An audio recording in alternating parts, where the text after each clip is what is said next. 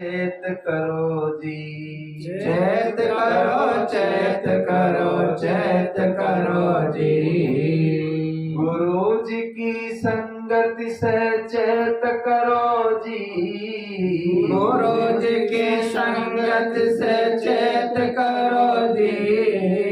संतन की संगति से चैत करो जी, संतन की संगत से चैत करो जी। संतन की संगति से चैत करो जी, संतन की संगत से चैत करो जी। तो ऐसी भावना अपने अंदर बना करके और अपने जीवन को ज्ञान और भक्ति और सत्संग रूपी त्रिवेणी में निमंजन करके इस जीवन को, इस मनुष्य जीवन को हम लोगों को धन्य बनाना। इस जीवन पर दया करने का मतलब यही है जो इस त्रिवेणी में स्नान कर ले। इस त्रिवेणी में जो स्नान कर लेता है ज्ञान और भक्ति और वैराग की त्रिवेणी में, देखिए उसका जीवन धन्य धन्य हो जाता है। तो आइए अपने जीवन में ऐसी ही अच्छी सोच समझ विचार बढ़िया बना करके और जीवन को अच्छे तरीके से, जीवन में एक सुसभ्य बन करके और अच्छे भले इंसान बन करके यहाँ से जाना है। ना रहने के बाद भी लोग हमें याद करें। कहते हैं जीवन में बहुत लोगों को तो जीवन में ही कोई याद करने वाला नहीं है, लेकिन कुछ ऐसे लोग संसार में होते हैं कि ना रहने के बाद भी लोग उन्हें याद करते हैं, लोग उन्हें श्रद्धा सुमन समर्पित करते हैं, लोग उन्हें श्रद्धा से नमन करते हैं। कुछ ऐसे भी इंसान इस पावन धरा पर आते हैं और आ करके ऐसी अपनी छवि, ऐसा अपना प्रभाव यहाँ पर डाल जाते हैं कि लोगों के अंदर देखे आंखों में आंसू आ जाते हैं। उनकी याद करके और उनका स्मरण करके मन में देखे ऐसे भाव जागृत होते हैं कि हृदय बिल्कुल भाव से भर जाता है। तो ऐसे लोग देखे प्रशंसा के पात्र होते हैं और धन्यता के पात्र होते हैं। हम लोगों को भी ऐसे कर्म करके यहाँ से जाना है। युग युग तक जग याद करे, तुम ऐसे कर्म करो, कर्म में ऐसे मर्म भरो। तो ऐसे कर्म करके जाना है कि युगों युगों तक लोग हमें याद करते रहें, युगों युगों तक हमें लोग स्मरण करते रहे। तो ऐसे कर्म करके जो व्यक्ति जाता है तो देखिए जीवन में अपना तो कल्याण करता ही है, साथ साथ हजारों लाखों लोगों को ऐसे लोग प्रेरणा स्रोत बन जाते हैं। तो मनुष्य जीवन तो सबको मिल जाता है, लेकिन मनुष्य जीवन मिलने के साथ साथ जब मनुष्यता आ जाती है, इंसानियत आ जाती है, विशेषता उस चीज की होती है। तो इंसानियत हमारे अंदर अगर है तो समझ लो खुद हम इंसान हैं, और जो इंसान जीवन में बन जाता है वही भगवान है। वही भगवान है जो दूसरे के दुख दर्द को समझता हो और जिसके अंदर इंसानियत आ गई हो, वही वास्तव में भगवान कहा जाता है। तो ऐसे ऐसे भाव देखिए भक्तों के अंदर और सबके अंदर भाव होना चाहिए। पिछले साल हम छत्तीसगढ़ में रहे, एक महीना, एक माता जी से मिलने गए तो बहुत जर्जर थी। वो बताने लगी हमसे, बिल्कुल बेड पर पड़ी थी, कहने लगी बाराबंकी हम कई बार गए जब सदगुरु विशाल साहब थे, और अब तो मेरा शरीर कमजोर हो गया है, कई बार मेरा आना जाना हुआ। देखिए आदमी जीवन में जो कार्य करता है उसके अंदर वो संस्कार छिपा रहता है। 100 साल की उम्र थी, कितनी पुरानी बात सब कुछ बताया। ऐसे ही गलत काम आदमी करता है तो वो भी संस्कार अंदर छिपे होते हैं, और अच्छे काम भी जो व्यक्ति करता है तो वो भी संस्कार अंदर छिपे होते हैं। तो बहुत ही सौभाग्य का दिन है जो हमारे भक्त प्रवर इतनी परिश्रम और मेहनत से देखे ढूंढते ढूंढते यहाँ मीर नगर में क्योंकि हम लोग बहुत एकांत में रह रहे हैं, यहाँ कोई सिटी नहीं है, कोई शहर नहीं है, और शहर को ढूंढने में आसान होता है एक गांव। तो जिस भाव से हम लोग आते जाते थे, देखिए हमको भी आज बहुत खुशी हुई, बहुत प्रसन्नता हुई।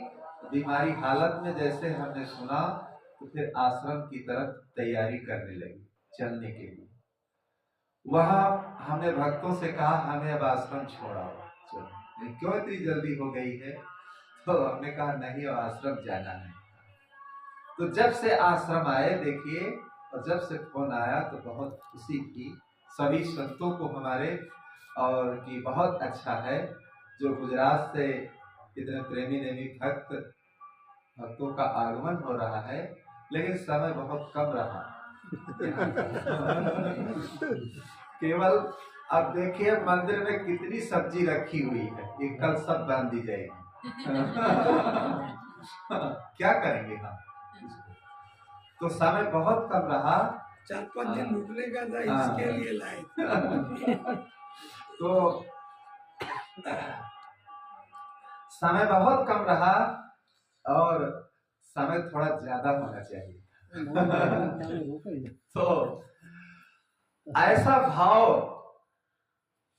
अंदर बना है, ठीक है, भाव ही देखिए यहाँ तक ला करके पहुंचा दिया। यही सबसे बड़ी बात है कि तार टूटना नहीं चाहिए। कहते हैं ज्योति से ज्योति जलाते चलो,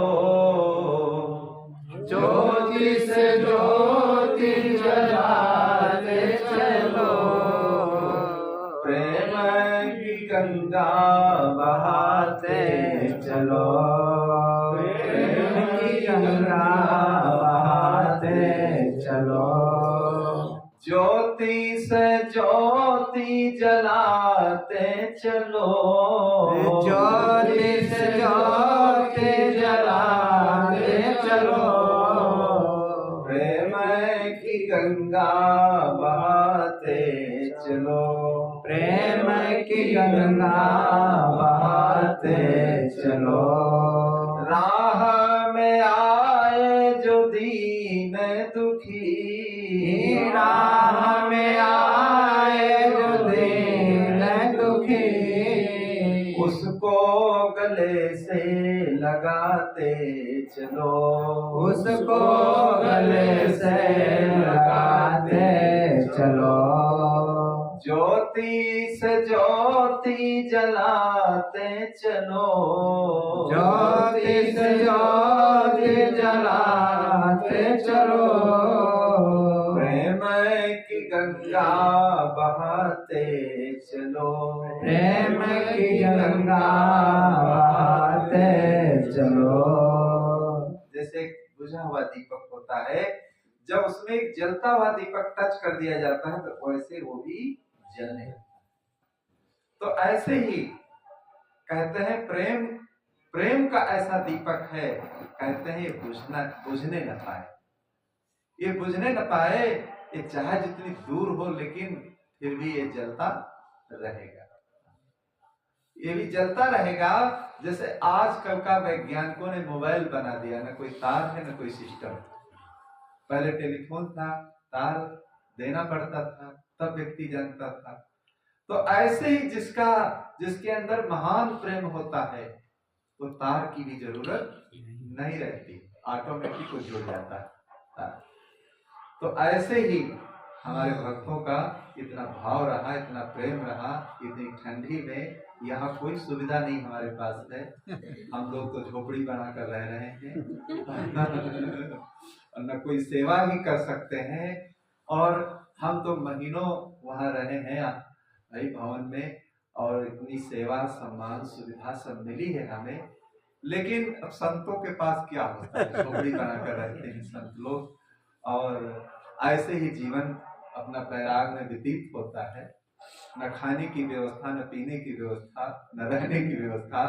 सब तो व्यवस्था है साहब। झोपड़ी वाले ही साहब घर तो बना सकते हैं। झोपड़ी में ही कहते हैं हम लोग ऐसे ही रहते आए और रहते रहते जिंदगी सब जा रही है ऐसे, और जीवन समझ लो आधा चला गया, थोड़ा बचा है ये भी जाने वाला है।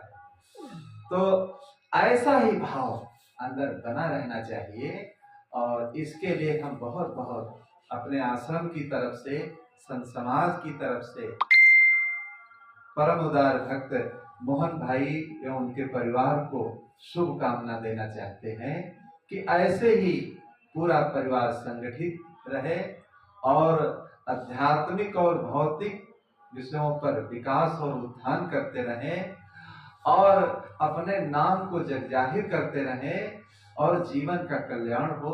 यही हमारे आश्रम से बहुत बहुत शुभकामना। बोलो सद्गुरु देव की जय।